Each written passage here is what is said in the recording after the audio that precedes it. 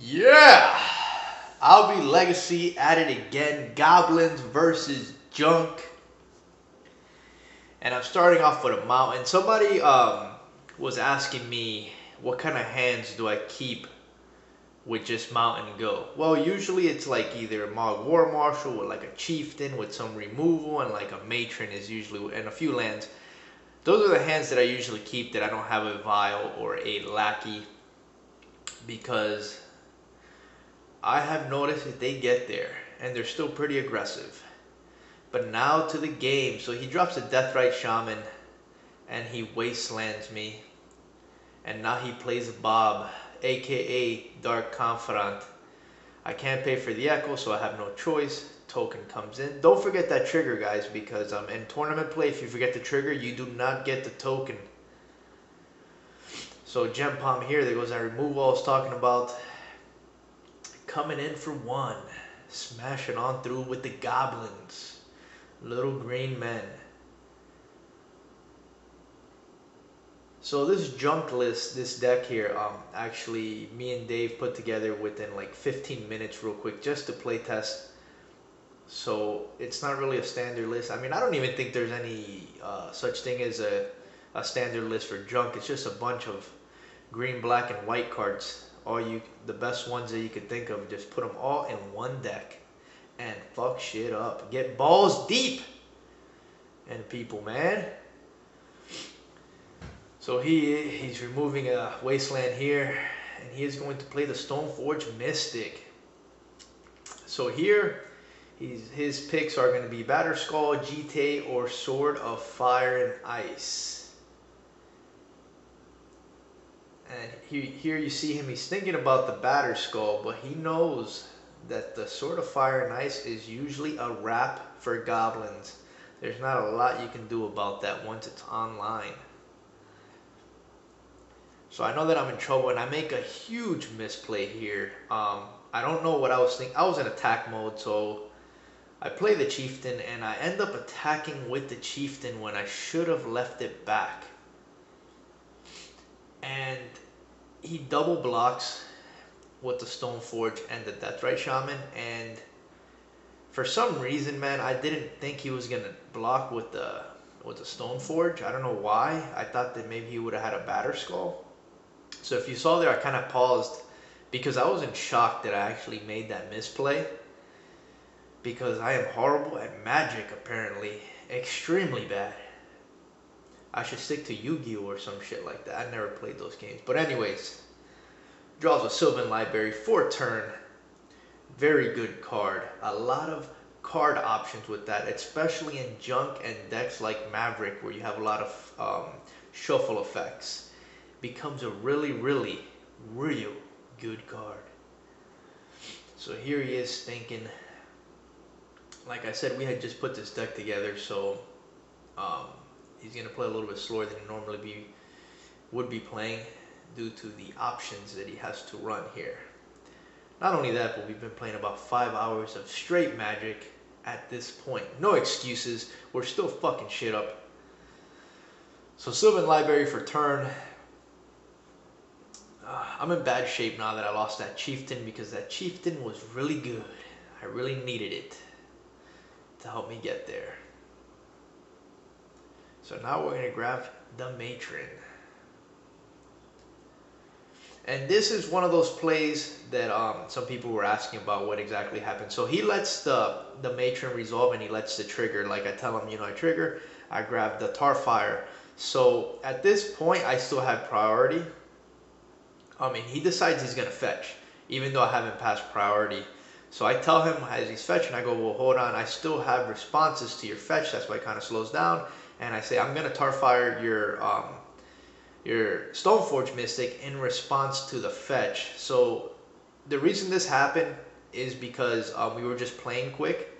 And a lot of times you'll see this is where people will just fetch while other people are shuffling their decks. And usually, like 90% of the time, it doesn't affect anything. But in this case, this was one of those rare cases where fetching while your opponent is shuffling to speed up the game actually mattered. And there was a perfect example. Otherwise, he would have been able to cast the sword off the Stoneforge. Some people thought it was a misplay, but it was actually just a miscommunication with fetching. He fetched without me passing priority, which allowed me to basically just say, okay, in response to the fetch, I'm going to Tarfire your Stoneforge, which was the original plan. So Sylvan Library right here, checking his cards, seeing his options. I really do feel that after that misplay with the Chieftain, it just put it just put me back a little bit, because it was a pretty bad mistake. But you know what? You can't dwell on it. You just gotta keep going. So I can't really see what he's thinking about here.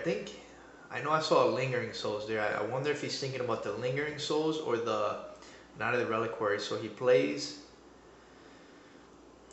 part of his combo here.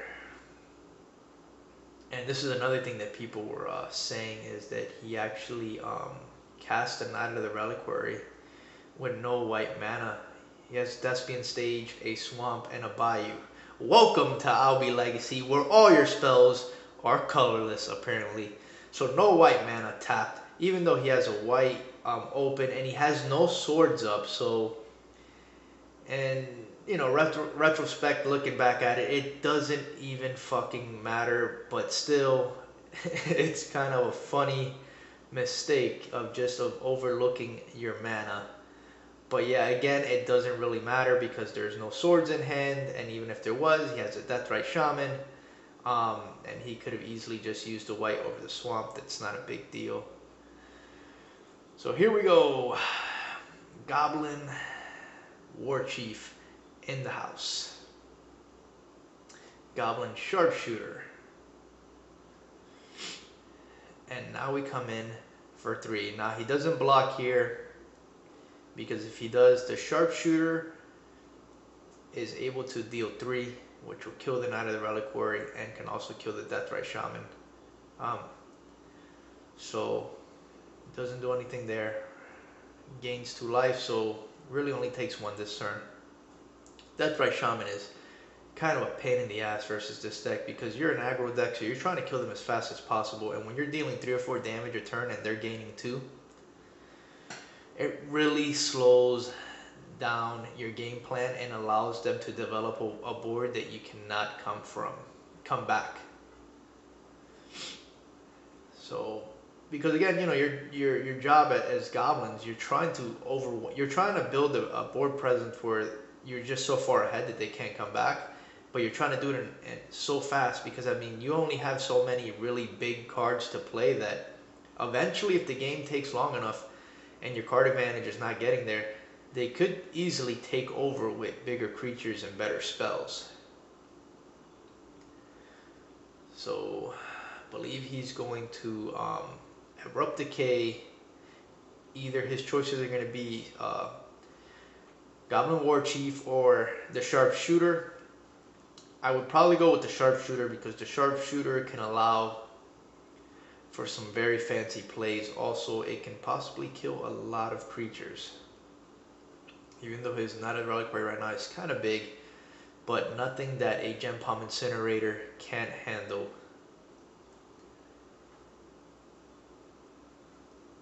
So he has this combo piece out. As you can see here, he has Dark Depths and Thespian Stage. So he has the combo for the 2020. Ready, locked, and loaded. So I ping him for 1 there in response. So here, I have a Matron in hand, and I take a look at the card because I want to see if he has enough to pay for it, and he does. So originally, man, the plan was to get the Matron and possibly get like a Gempalm Incinerator or a Ringleader or something like that. But since he has the combo out, now we're stuck with getting a Stingscourger, which is not good because that would normally kill us. So what I did here is I just attack into him, knowing that he has a 2020. In my opinion, if I was him, I would have just taken the damage here, and then at end of turn made the 2020 and then swung in for the win. But he decides to just make the 2020 now to block the Warchief and falls for the bait. But I mean, he does have a Sword of Fire and Ice in hand, so he is far ahead. So here he plays the 2020. He's going to block obviously the Warchief, which allows us now to be able to cast that that Matron into a Stingscourger, which is good obviously because it takes a 2020 out of play. All right, guys, but believe me, a lot of times, man, when you have a Matron, you want to grab something like a Ringleader, you know, something that's just going to impact the board to put you ahead. This doesn't really put us ahead, it just makes us not die next turn, which I guess is good, but as a Goblin player, you don't really want to play the survival game. You want to play more of the aggressive beatdown. You want to have them on their back foot. So Sylvan Library here, trying to find something. So he still has a Sword of Fire and Ice. I'm aware of that. I'm aware that it can be equipped this turn to the Knight of the Reliquary, which shit can get serious, man. It can get serious real quick with that sword. Plays a land for turn, and shit's about to get serious, as you can see. And here comes the sword equipped. It's going to be a sad story here. And bam, smashing on through for all kinds of sugar wall action. Balls deep. That Knight of the Reliquary is going right now with no Vaseline. Damn. So he's just going to ping away at the Goblins. I could have kept the Stingscourger there, man, but I was really in hopes of drawing, you know, a Ringleader, because I haven't drawn one this turn. I mean this game, you know, or something, you know, because we are pretty far ahead. And he was telling me that he forgot to draw a card for the sword, so I was like, you know what, man, we're just playtesting. Go ahead and draw your card. It doesn't matter. It's just playtesting. Whenever we're playtesting decks against each other, if we make minor mistakes or forget little triggers, we take it back, because when you go to a tournament and you play somebody who's been playing their deck for a couple years, the chances of them making mistakes with their decks is slim to none.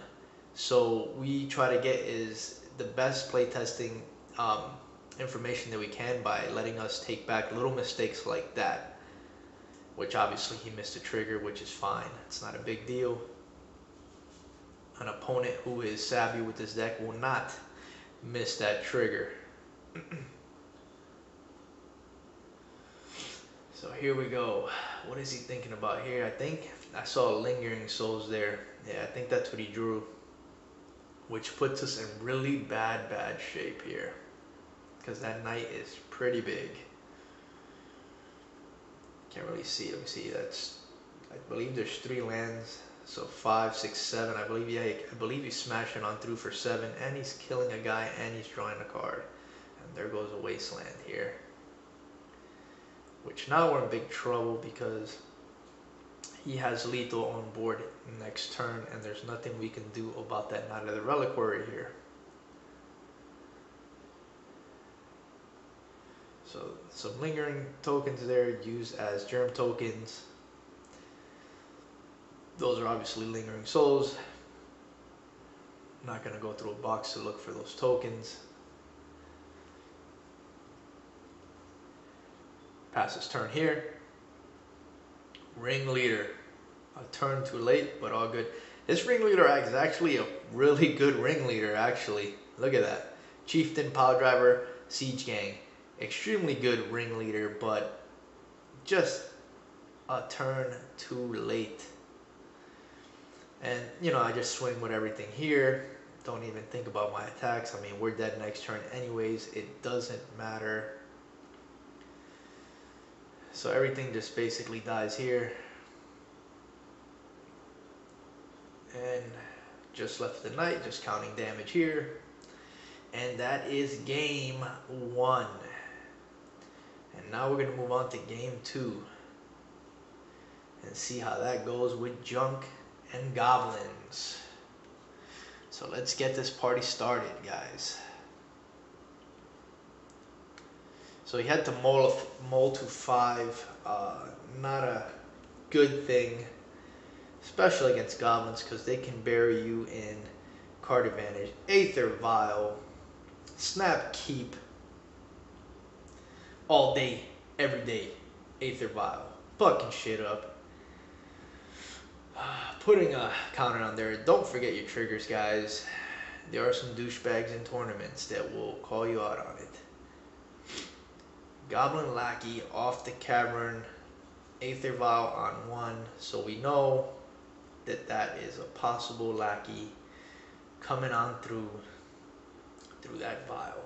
Now, after I saw this play, I was thinking, right, that in this junk deck, I believe they play 1 Dryad Arbor normally. I'm not 100% sure, but now that I'm thinking about it, it would have been pretty sweet because he has the Verted Catacomb there. He could have actually fetched a Dryad Arbor and blocked the Lackey.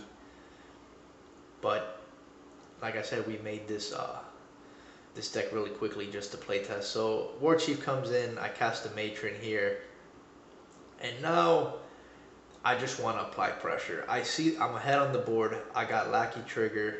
All I needed was 1 trigger, so I end up grabbing the Ringleader, but then I think about it and I say, you know what? I don't think I really need the Ringleader here. I'm going to go for the Chieftain. Because next turn we can just vow that in and we can come in and deal some serious damage, man. We can get balls deep. Balls deep, man. And all up in them sugar walls. Pass turn here. He is drawing his cards extremely depressed because he knows that it's looking grim for our hero junk. Deathrite Shaman. Not going to do much this turn. I was thinking of just tapping the vial there to see, but he doesn't have play Stifles, obviously, so we're not going to waste any time trying to fish out Stifles. So here we go. Chieftain smashing on through. And now shit is about to get real. Gempalm Incinerator for 4. Gonna draw us a card. Remember that it deals damage first and then you draw. So here we go. Smashing on through. He's counting, doing the math. And at this point, obviously, you can already tell that the game is pretty much over. Matron, Krenko. We have 2 haste guys next turn. Krenko's coming in through the vial. Fucking shit up. Game over. 1-1. Well, there you have it, guys. That was Goblins versus Junk. Let me know any other decks that you would like to see. Thank you guys for watching, and don't forget to subscribe.